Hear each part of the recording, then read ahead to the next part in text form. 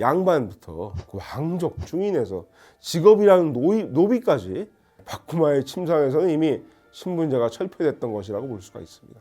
팔에 등에다가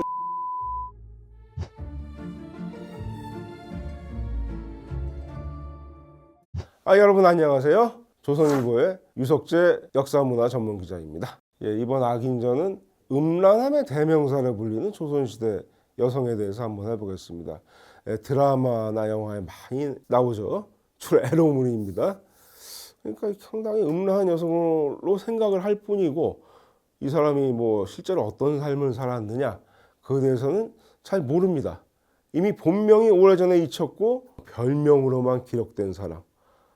도승지 이세영이라는 사람이 임금에게 진언을 합니다. 이계창이라는 사람이 유부녀하고 간통한 사건을 엄하게 처벌해야 한다면서 태강수의 아내 구마는 간음을 행한 것이 창기와 같았으므로 이렇게 해가지고 벌을 줬는데 그래서 이계창의 죄를 어찌 가볍게 논단하겠습니까?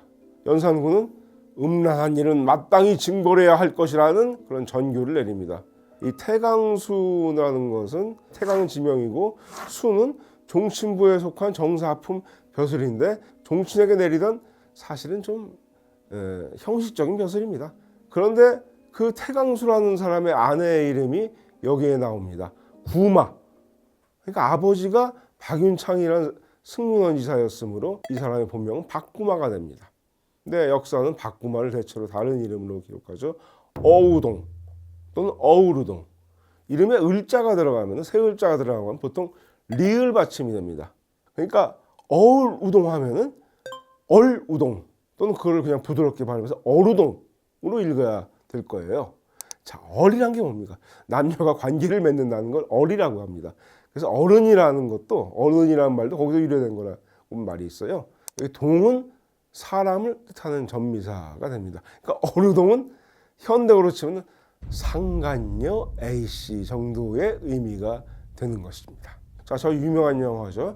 1985년 영화 어우동의 포스터. 이장호 감독, 이보희 안성기 주연이죠.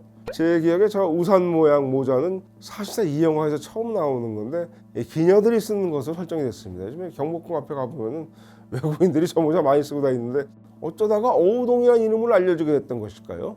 원래 충청도 음성의 양반집에서 태어나서 왕손, 아까 태강수는 왕족이죠. 왕손인 태강수 이동과 결혼했는데 효령대군의 손자였습니다. 자, 어느 날에 은그릇을 만들려고 은장이를 불렀습니다. 상당히 훈남이었던 모양이죠. 좋아하는 마음이 생겨서 계집종으로 코스프레를 합니다. 계집종처럼 꾸미고 나가서 말을 걸고 이야기를 나눴습니다. 자, 실록의 기록을 자세히 보면 말이죠. 은장이와 사통했다는 얘기는 그냥 그 변복을 하고 얘기를 나눴다는 게 전부예요. 거기서 남편이 내쫓았던 거예요. 그러니까 이게 남편이 먼저 기생이나 첩한테 빠져가지고 본처를 내칠 구실을 찾고 있었다 이런 얘기도 있습니다.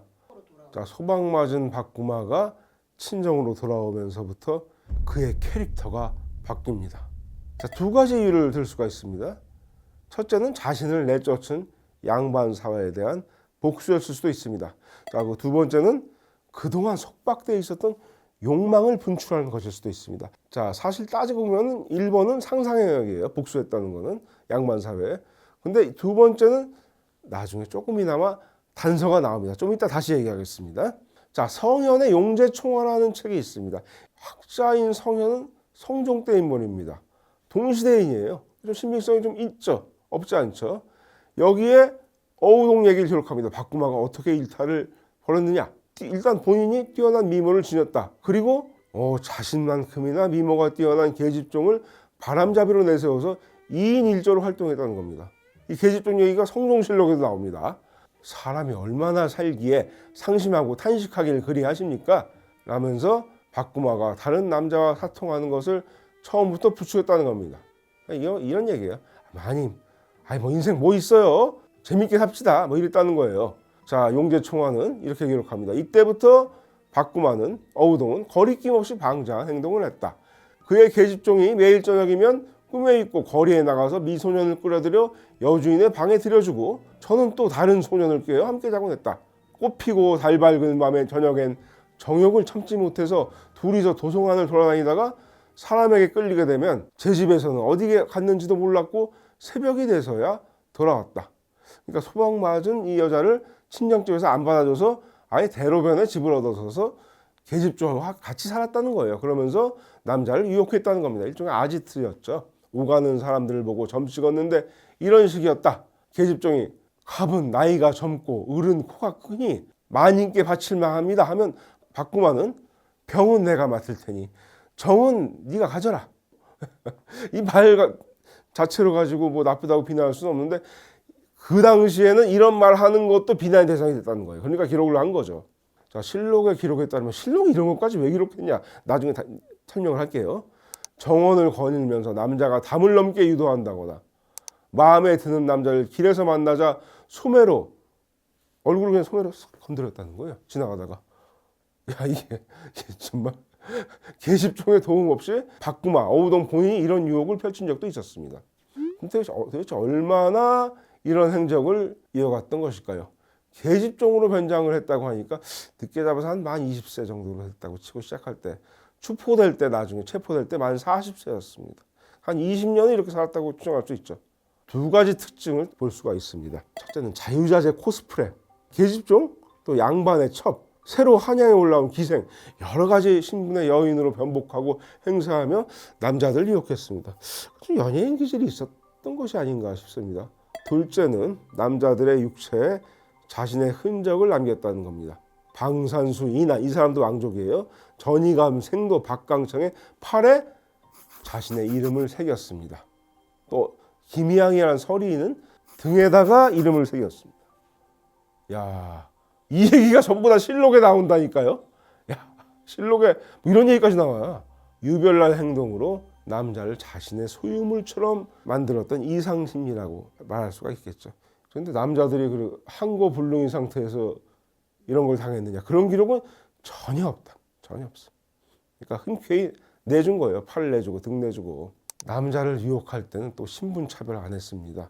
왕족, 남편처럼 왕족인 방산수 이난, 수산수 이기하고 관계를 맺었고, 정구품 관리 홍찬을 비롯한 양반부터 서리, 김희양 같은 중인에서 직업이라는 노비까지 여러 계층의 남자들과 관계했던 겁니다. 박구마의 침상에서는 이미 신분제가 철폐됐던 것이라고 볼 수가 있습니다. 자, 1480년 성종 11년이 돼서야 조정에서도 이 사실을 알게 됩니다. 박구마 관계했거나 관계했다는 말이 나온 남자들 중에 17명이 본인 실명으로 실록에 기록됐습니다. 근데 왜 간통 사건이 실록에까지 실렸던 걸까요? 왕족, 고관 대작이 연루됐던 대형 사건이었기 때문입니다. 어유소란 인물이 언급이 됐는데 조정에서 경악했을 거예요.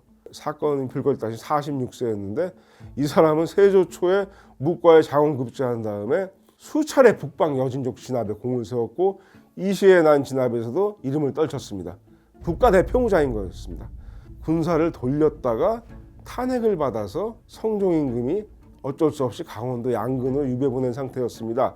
아니, 이런 사람이 어떻게 어우동을 만나서 그렇게 사통을 할 수 있었을까? 아, 놀라운 일이었죠.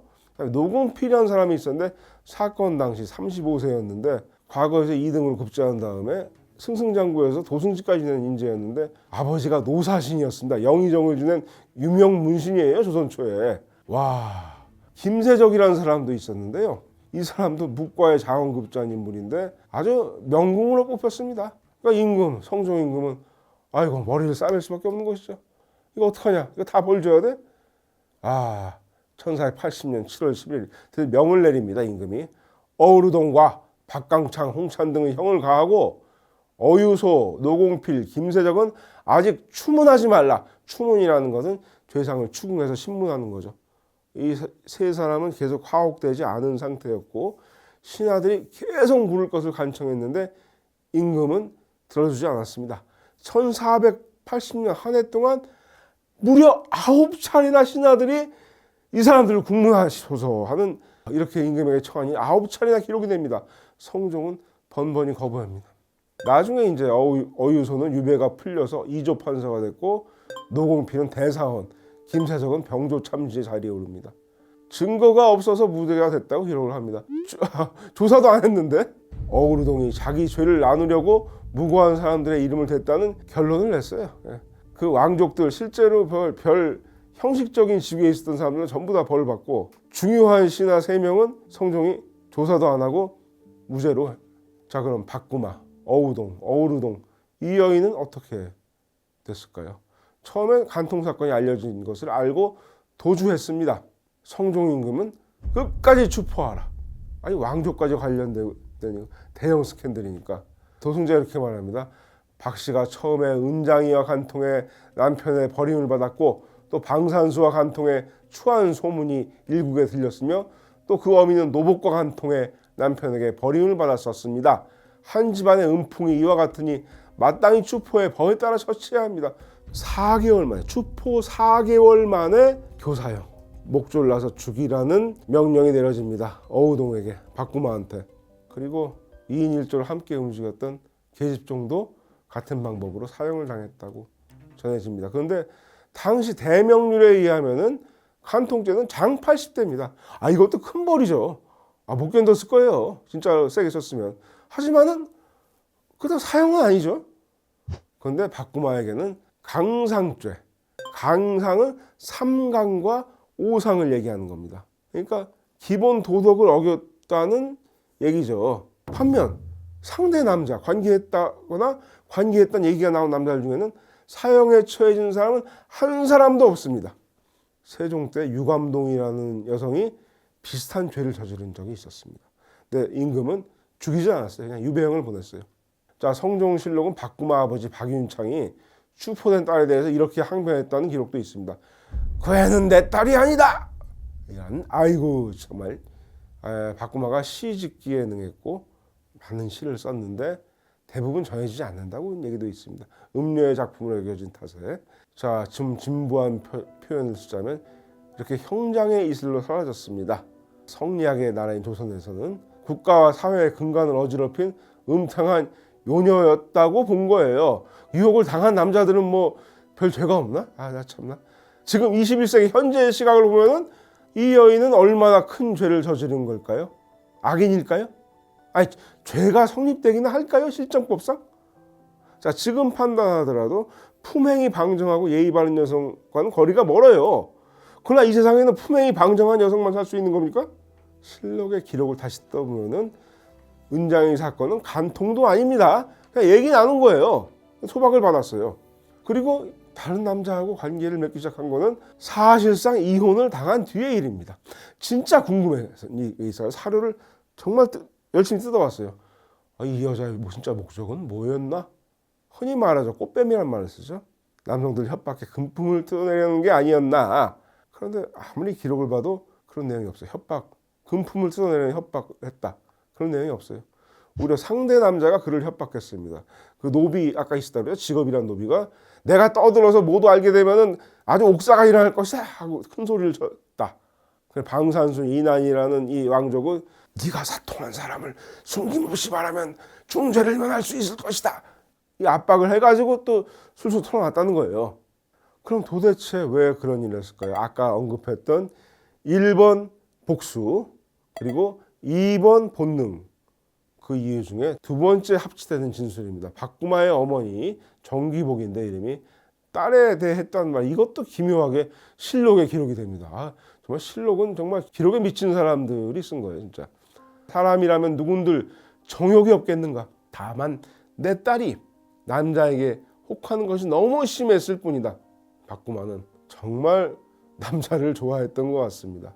그리고 남자를 좋아하는 본능에 대단히 충실했던 조선시대 여성이었습니다. 어쩌면 말이죠.